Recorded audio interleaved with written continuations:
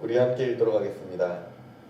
그때에 세례 요한이 이르러 유대 광야에서 전파하여 말하되 아멘. 자, 이제 그때라는 말로 이제 3장이 시작이 됩니다. 이 그때라는 게 도대체 어떤 시기일까요? 그때. 이제 이 시기를 우리가 조금 더 잘 이해해야 오늘 말씀에 아주 큰 은혜를 누릴 수 있습니다. 그때 그러면 이 예수님이 활동하실 이때를 우리가 한번 돌아봐야 됩니다. 예수님 활동하실 때는 어떤 시기였을까요? 자, 우리가 구약 성경 뭐로 끝나죠? 구약 성경의 끝 말라기로 끝납니다. 구약 성경이 말라기로 끝나고 그 다음에 시작은 마태복음으로 이제 신약 성경이 시작되죠. 그러면 말라기하고 마태복음하고 요 시기가 굉장히 짧을 수도 있고 멀 수도 있습니다. 그럼 우리가 이 시간이 어느 정도 시간인지 한번 생각해 보면 이제 우리 역사학자들이 많이 고민을 해서 찾아봤죠. 그랬더니 한 400년 정도 성경에 빈 공간이 있습니다. 말라기하고 마태복음하고 400년의 시간이 이렇게 비어 있는 겁니다. 그래서 어떤 사람들은 이 시기를 두고 침묵의 시기다라고 이야기를 합니다. 하나님이 선지자도 보내지 않고요. 하나님이 사람들에게 어떠한 은혜의 소식도 알려주지 않는 그런 침묵의 시기가 이 시기입니다. 그러면 하나님의 그 선지자를 보내지 않는 그 침묵의 시기에 역사는 여전히 흘러가고 있다는 걸 생각해야 됩니다. 자, 말라기의 마지막 이스라엘 사람들의 상황은 페르시아 제국에게 식민 지배를 당하고 있던 상황입니다. 물론 성벽도 재건했고요. 하나님의 성전도 이제 다시 재건축을 하긴 했지만 그 형편없는 상황이었고 여전히 그 페르시아라는 커다란 왕국 아래서 종노릇하며 살던 시기입니다. 그 시기에서 말라기가 끝납니다. 그리고 이제 이 사람들이 그러면 자유를 누렸느냐? 그렇지 않습니다. 페르시아 제국이 이제 한참 왕성하다가 다음에 우리가 이름을 들어보셨는지 모르지만 저 알렉산더라는 그 아주 그 힘이 센 왕이 있었습니다. 젊은 왕이었는데요. 20몇 살부터 정복을 시작합니다. 그래서 어떻게 하냐면 페르시아까지 다 점령을 하는 아주 커다란 나라를 만드는데요. 그래서 이번에는 페르시아가 망하자 이번에는 저 헬라 제국한테 또 점령을 당합니다. 그래서 이번에 헬라 제국 아래서 종노릇하는 겁니다. 마치 그냥 나는 계속 종이고 주인만 계속 바뀌는 거죠. 그러니 이 이스라엘 사람들이 얼마나 괴로웠겠습니까? 그런데 헬라 제국에서 이번에는 알렉산더가 33살에 갑자기 죽습니다. 이게 나라를 이만큼 점령해 놓고 내가 이제 큰 제국을 만들었구나 하고 막 행복을 누리기도 전에 그냥 죽어버린 거죠. 그리고 나서 이제 그 나라가 이제 4분 오열됩니다.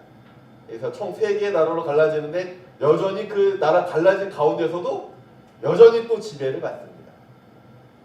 그러다가 드디어 기회를 찾습니다. 왜냐하면 이게 커다랬던 제국이 그 제국을 만드는 사람이 너무 빨리 죽어버렸잖아요. 갑자기 이렇게 커진 게 갑자기 그 만드는 사람이 갑자기 사라지면 이 커져 있던 게 유지가 되나요? 유지가 안 되죠. 그러면서 안에서 서로 싸우기 시작하고 내가 이 제국을 다스릴 거다 하면 서로 싸우기 시작하자 점점 힘이 약해집니다. 이때 유대인들이 잽싸게 반란이라기보다 우리나라로 치면 독립운동을 한 거죠. 독립운동을 해서 유대의 왕조가 만들어집니다. 드디어 나라를 세운 거예요. 다시 이제 이스라엘 땅에 이스라엘 왕국이 다시 만들어지기 시작합니다. 그런데 그 만들어진 게 얼마 가지를 못합니다. 겨우 100년 만에 그 만들어진 그 왕국이 망해버려요. 왜 망하냐면 저 멀리서 우리가 아주 많이 들어본 이름이 있죠. 로마 제국이 나타납니다. 이거는 막을 수 있는 사람들이 아니에요. 로마 제국에 와서 그냥 싹 밀어버립니다. 그래서 겨우겨우 만들었던 왕조가 다시 폭삭 망해버린 거예요. 그리고 60년의 시간이 흐릅니다. 그리고 60년의 시간이 흘러 이제 60년에서 이제 한 90년 정도의 시간이 흘러가지고 이제 지금 이 시기가 된 거죠. 이제 정확하게 90년 정도 시간이 흘렀습니다. 자, 나라를 뺏긴 지 90년이 됐습니다. 그러자 이 사람들이 어떻습니까? 야, 이제 이 나라를 구해줄 위대한 왕을 기다리고 있는 겁니다. 그런 절망의 순간에 사람들이 이제 메시아를 찾아 수소문하기 시작합니다. 왜요? 삶이 힘드니까요. 우리의 구원자는 누구신가? 분명히 구약 성경에 하나님 우리의 구원자를 보내신다고 하셨는데, 우리의 메시아를 보내신다고 하셨는데 그 메시아는 누구신가 하고 찾기 시작합니다. 또 이게 참 그런 게, 이렇게 갈급한 사람들 앞에 항상 어떤 사람들이 나타나죠? 사기꾼들이 이렇게 모습을 드러냅니다. 그렇잖아요. 우리가 막 돈에 갈급하면 돈을 많이 벌게 해주겠다는 사기꾼이 나타나고, 내가 뭐 침대를 좀 좋은 거 사야겠는데 하고 찾으면 침대 사기꾼이 나타나서 사기를 치고, 아주 이런 일이 많이 발생하잖아요. 이 유대 민족들이 다 메시아를 찾아 헤매자 사기꾼들이 나타나기 시작합니다. 아, 내가 메시아다 이러면서 나타나서 내가 그 로마를 물리칠 메시아다 이러고 나타나가지고 사람들의 돈을 뜯어냅니다. 그리고 조용히 사라지죠. 또 내가 메시아다 하고 나타나가지고 사람들을 막 현혹해서 막 권력을 누립니다. 권력을 누리는데 사람들이 처음에는 막 지지해주고 뭐 돈도 갖다 바치고 사람도 갖다 바치고 다 갖다 바치다가 점점 이상한 거죠. 이 사람이 잘 먹고 잘 살기는 하는데 그 나라는 언제 구하십니까 하면 가만히 있는 겁니다. 이러니 야, 이거 사기꾼이다 해가지고 이 사람 쫓아내고 막 이런 일들도 있었고요. 또는 어떤 사람은 진짜 자기가 이게 착각에 빠지는 사람도 있잖아요. 내가 진짜 메시아다라는 착각에 빠진 사람도 있었습니다. 그래서 야, 내가 메시아다, 자 나를 모아 군대를 모으자 해가지고 군대를 모아가지고 로마한테 덤볐다가 그 자리에서 다 전멸당하는 일도 그냥 자주 벌어졌습니다. 그러니 사람들은 희망을 꿈꿨다 절망하고요, 이 사람을 믿었다 배신당하고, 저 사람을 믿었다 사기당하고, 이게 지금 유대인들의 상황입니다. 그러면서도 지금 상황이 너무 괴로우니까 계속 도대체 우리의 메시아는 누구신가 찾아다니고 있는 상황. 그야말로 아주 깊은 어둠 속에 잠겨서 여기가 아무것도 안 보이는 그 칠흑 같은 밤에서 조그만 호롱불 하나 찾아 헤매는 그런 사람들이 지금 유대인의 상황입니다. 그런 상황 가운데 이제 아주 작은 빛이 움트기 시작합니다. 바로 예수 그리스도시죠. 아무것도 없는 그 어둠 가운데, 어떠한 희망도 없는 그 자리에 희망이 움트기 시작하는 겁니다. 그들의 왕, 진정한 우리의 왕이신 예수 그리스도께서 점점 성장하고 계신 게 오늘의 이야기 그때이며, 동시에 예수님이 이제 성장을 마치시고 등장하기 전에 세례 요한이라는 한 사람이 예수님 앞에 먼저 등장하여 예수님의 길을 닦는 과정이 이제 오늘 본문의 내용입니다. 그러면 세례 요한은 왜 예수님보다 먼저 나타나서 그 광야에 외치는 자의 소리가 되었을까요? 우리가 이제 마태복음은 예수님을 왕으로서 굉장히 중요하게 표현을 합니다. 그래서 마태복음 1장에서도 예수님의 유대인의 왕이 나셨다라고 동방박사들이 찾아오잖아요. 2장입니다. 2장에서 동방박사들이 그 유대인의 왕을 찾아왔다고 얘기하고 계속 유대인의 왕에 대해서 나오거든요. 이처럼 마태복음은 예수님을 왕으로서 굉장히 표현을 많이 합니다. 그러면 여기서 세례 요한은 뭐 하는 사람이냐면 왕의 행차를 알려주는 사람입니다. 우리가 그 옛날 사극 같은 거 보시면 어떻습니까? 그 왕이 가면은 그 아무도 없이 그냥 왕 혼자 이렇게 쫄래쫄래 걸어다니나요? 아니죠.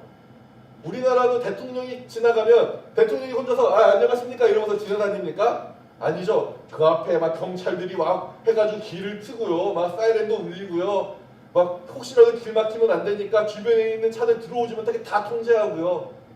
경호원들이 미리 대통령이 갈 곳들 어떻게 해요? 다 하나하나 확인하는, 혹시라도 암살자가 있을지, 혹시라도 습격하는 사람이 있는지 다 확인한 그 길을 대통령이 그렇게 지나가는 거죠. 이게 막 가끔 막 뉴스에서 대통령이 사람들하고 막 만나는 거 보면은 아무런 방비가 없는 것 같지만 사실은 그 안에 수많은 경호원들이 방비를 하고 있고 대통령을 지키기 위해 준비하고 방어하고 있는 겁니다. 그리고 옛날 왕 같은 경우는 어떻습니까? 옛날 왕도 이렇게 왕이 가려고 하면 그 앞에서 왕이 지나가신다 하면서 그 우리 사극 보면 많이 나오죠. 왕이 행차시다가 다 무릎 꿇어라 엎드려라 이러면서 막 하잖아요. 그러면은 백성들이 어떻게 합니까? 그 옆에서 다 엎드려가지고 왕이 지나가는 거를 기다리죠. 그 역할을 지금 세례 요한이 하고 있는 거예요. 유대인의 왕, 우리의 진정한 왕이신 예수 그리스도께서 이제 오실 것이니 너희들은 다 준비하고 있어라 라는 게 세례 요한이 지금 하고 있는 행동입니다. 그래서 3장 3절에 이렇게 나오죠. 그는 선지자 이사야를 통하여 말씀하신 자라 일컬었으되 광야에 외치는 자의 소리가 있어 이르되 너희는 주의 길을 준비하라 그가 오실 길을 곧게 하라 하였느니라. 이게 무슨 내용입니까? 왕이 오시니 우리의 왕께서 오시니 주님께서 지나가신 길을 깨끗하게 준비하라. 주님께서 지나가신 길에 방향을 얻게 그 길을 곧게 하라라고 지금 이야기를 하고 있는 겁니다.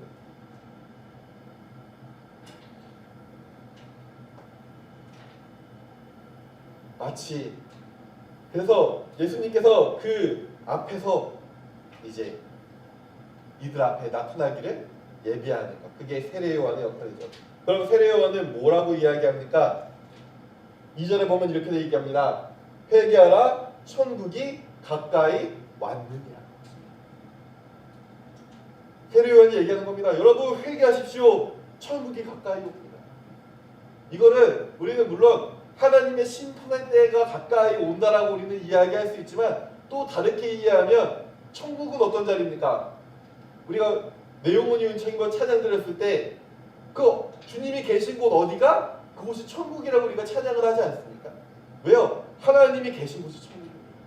하나님이 계신 곳이 때로는 시궁창이어도 그곳은 천국이 되고요. 하나님이 계신다면. 하나님이 계신 곳이 호화로운 궁궐이라면 그곳 또한도 천국이 되는 것이고 혹은 수많은 범죄자들이 흉악범들이 모여있는 감옥 한가운데라 할지라도 거기에 주님이 계시면 그곳이 천국이 됩니다. 그러므로 세례 요한의 말에 회개하라 천국이 가까이 왔느니라는 물론 심판의 때가 가까이 왔다라는 의미도 있지만 동시에 천국 예수 그리스도께서 지금 가까이 오고 계십니다. 너희들의 진정한 천국이 지금 다가오고 계신다라고 이야기하고 있는 겁니다. 그러므로 세례 요한의 역할은 매우 중요합니다. 그러면 이렇게 중요한 사람인데 이렇게 중요한 역할을 하는 세례 요한의 모습이 어땠는가? 우리 한번 살펴보겠습니다. 4절에 나옵니다. 이 요한은 낙타 털 옷을 입고 허리에 가죽띠를 띠고 음식은 메뚜기와 서청이었더라 라고 되어 있습니다. 세례 요한의 모습이 어떻다고요? 일단 낙타 털 옷을 입었다고 합니다. 잘 생각해 보십시오. 이게 무드질이 아주 잘 돼가지고 앞반질반질한 가죽 옷을 입었다는 내용이 아닙니다. 낙타 털이 그냥 달려있는. 낙타가 그 털이 그 보드랍기나 하겠습니까? 그 사막 가운데를 살아가는 그 낙타 그 털옷을 입은 겁니다. 그러면 모양이 어떻겠습니까?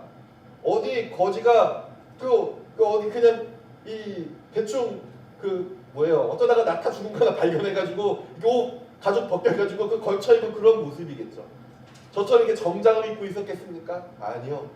뭐 그때 당시에 좋은 천과 좋은 옷이 없어서 세례 요한이 낙타 옷을 입었겠습니까? 그때 당시에 좋은 천과 좋은 옷, 비단과 같은 좋은 것들도 아주 많았습니다. 그런데 그래서 사람들도 일반적으로 그냥 면옷도 입고요. 물론 조금 거친 면들이지만 그런 일반적인 옷들도 많이 입고 있던 시기입니다. 그런데 마치 무슨 원시인들이나 거칠 것 같은 낙타 털옷을 걸치고 있고요. 이 세례 요한의 모습이 또 어떤 모습이냐면 그가 광야에서 살았습니다.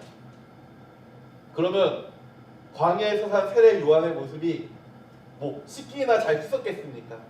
아마 지금 우리로 치면은 아유 냄새나다 하고 근처에도 못 갈 정도로 악취를 풍기고 있었을 수도 있습니다. 그의 얼굴이 뭐 반질반질 잘 씻고 머리를 잘 빗어 아름답게 그런 모습을 가지고 있었겠습니까? 아마 머리는 잔뜩 떡져가지고 누가 손 대기도 싫을 거고요. 얼굴은 거뭇거뭇해가지고 그 눈동자인지 얼굴인지 구분도 안 갈 정도로 이 사람이 흑인인가 이럴 정도일 수도 있습니다. 분명 왕의 행차를 이야기하는 세례 요한의 모습 우리가 상상할 때는 굉장히 멋있고 굉장히 좋은 옷과 좋은 환경으로 사람들에게 이야기해야 그 사람들의 귀에 아 예수님이 오시는구나 우리의 왕이 오시는구나 라고 이해할 것 같은데 세례 요한의 모습은 정말 보잘것없고 하찮은 모습입니다. 그가 주식으로 먹는 게 뭐예요? 메뚜기와 석청입니다. 그러면 이 사람이 뭐 풍채라도 좋겠습니까? 그래서 아 그래 그래도 저 사람이 좀 아주 듬직한 게 믿을만 하구나 뭐 이런 생각 들겠습니까? 아니죠. 삐쩍 말라가지고 옷은 낙타옷 걸쳐지고 냄새는 나고 머리는 떡졌고 얼굴은 새까맣고 뭐 실내 될 만한 무엇 하나 보이지 않는 그런 세례 요한이 회개하라 천국이 가까이 왔느니라고 얘기합니다. 그러면 잘 생각해 보십시오. 만약에 그런 사람이 우리한테 와서 여러분 회개하십시오 천국이 가까이 왔습니다라고 얘기하면 우리는 아 그렇습니까 하고 받아들이겠습니까? 사실은 아이고 뭐 좀 정신병에 걸리시는 분인가 보다. 병원에 보내드려야 되는 거 아닌가. 아이고 야 무슨 일이 벌어날지 모르니까 거리를 두자 거리를 둬 이러면서 도망치지는 않겠습니까? 그런데 정말 놀라운 일이 벌어집니다. 5절입니다. 이때에 예루살렘과 온 유대와 요단강 사방에서 다 그에게 나온다고 합니다. 정말 놀라운 일 아닙니까?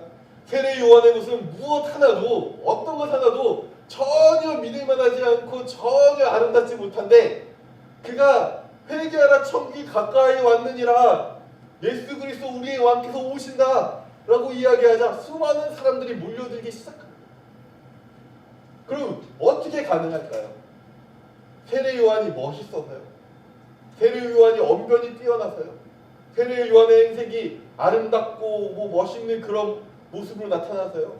세례 요한이 마치 오늘날로 치면 벤츠 같은 거 끌고 와서 자 멋있게 나타나가지고 정장을 입고 나타나서 회개하십시오 천국이 가까이 왔습니다 이렇게 얘기해가지고요. 그때 당시로 치면 좋은 말 백마를 타고 나타나가지고 회개하라 천국이 가까이 왔느니라 이렇게 얘기해서요? 아니요.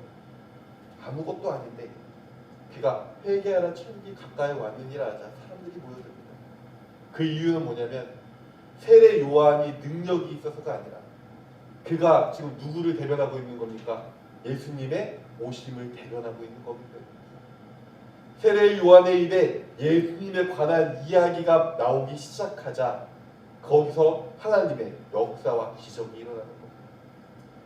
그야말로 기적 아닙니까? 그 행색을 두고 누가 믿고 따라오겠습니까? 근데 수많은 사람들이 그 연약한 모습, 그 부족한 모습을 보고 사람들이 손가락질할 것 같은데 그 입에서 회개하라 천국이 가까이 왔느니라라고 있고 라는 하나님의 말씀을 선포하자 사람들이 몰려들기 시작합니다. 오늘 우리의 모습도 마찬가지입니다. 우리가 굉장히 큰 오해를 할 때가 있습니다. 내가 성공해서 내가 다른 사람보다 잘나서 내가 다른 사람보다 능력이 있고 뛰어나서 그래서 내가 그들에게 하나님에 대해 이야기하면 저들이 들을 텐데 라는 착각에 빠집니다. 하지만 오늘 세례 요한의 모습 보십시오. 사실 지금 우리 모습보다 훨씬 못한 모습입니다. 지금 우리가 이야기하는 것보다 훨씬 믿지 못할 만한 모습으로 나타납니다. 하지만 그가 입술에 하나님을 담고 예수님을 담고 천국을 담자 사람들이 그의 말을 듣고 몰려들기 시작합니다. 오늘 우리도 마찬가지입니다. 우리의 연약함, 우리의 부족한 모습 분명 우리 알고 있습니다. 난 여전히 부족하고요. 난 여전히 연약합니다. 하지만 내가 고백하는 예수님은 연약하지 않으시고 내가 고백하는 하나님은 전지전능하십니다. 그러므로 때론 나의 연약함 때문에 나는 그래 내가 조금 더 나아지면 전도해야지 내가 조금 더 나아지면 저들에게 하나님에게 이야기해야지 걱정할 이유가 없습니다. 우리는 그저 내 뒤에서 역사하시는 그 하나님을 믿고 그들에게 전도하고요. 내 뒤에 역사하시는 그 하나님을 믿고 예수 그리스도를 전파하는 것.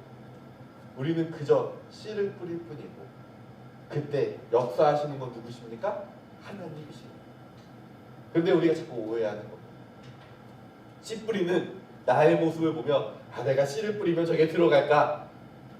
그러면서 씨는 나중에 뿌려야지. 나중에 뿌려야지 하면 씨를 주머니에 자꾸 넣는 겁니다. 근데 문제는 뭐예요? 주머니에 넣으면 이 씨가 움터서 싹이 나서 열매를 맺습니까? 아니요. 전혀 열매 맺지 않습니다. 잘 생각해 보시죠. 씨를 뿌리는데 어떤 사람이 씨를 이렇게 밭에다 뿌리는데 정장을 입고 벤치를 끌고 와서 내가 지금 씨를 뿌려보겠습니다. 씨를 뿌리면 씨가 더 잘 나고 잘 성장하고, 어떤 사람이 아주 남루한 목장으로 거지같이 와가지고 씨를 뿌리면 그 씨가 나한테 네가 나를 뿌려? 이러고서 씨가 안 납니까? 씨가 사람을 가리는 거 보셨습니까? 안 보셨잖아요. 그러니까 똑같은 겁니다. 우리의 모습이 어떻건, 나의 상황이 어떻건, 나의 행색이 어떻건, 때로는 내가 뭐 아프건 힘들건 전혀 상관없이 우리가 하나님의 복음을 전할 때 하나님이 역사하십니다. 나의 모습과는 상관없는 겁니다. 뿌리는 자의 모습이 정장을 입고 있건 혹은 남루하여 아무것도 입지 못하건, 전하는 사람이 뭐 멋있게 전하건 아니면 더듬더듬 말을 더듬어가며 전하건 동일하게 씨는 뿌려집니다. 그러면 그걸 나게 하시고 성장하게 하시는 분은 하나님이시기에 우리는 나의 상황과 나의 모습과 나의 현실과 상관없이 언제나 씨를 뿌리는 삶을 살아가는 겁니다. 그래서 우리는 오늘 이 세례 요한처럼 그 모습이 어떠하고 상관없이 사람들에게 하나님을 이야기하고 예수님을 이야기하는 삶을 살아가야 되는 것입니다. 그래서 우리가 오늘 예배 마치고 이제 오후 예배까지 마치고 집에 돌아갔을 때, 혹은 이제 예배 마치시고 집에 돌아가실 때 만나는 사람마다, 마주치는 사람마다 하나님에 대해 이야기하시기 바랍니다. 그리고 그 뒤는 누가 책임지시는 거예요? 하나님이 책임지시는 거예요. 걱정하지 마시고 하나님이 책임져 주실 걸 믿고 하나님을 전파하고 예수님을 전파하는 우리 참된 그리스도인의 삶을 사시기를 간절히 소망합니다. 우리 기도하겠습니다.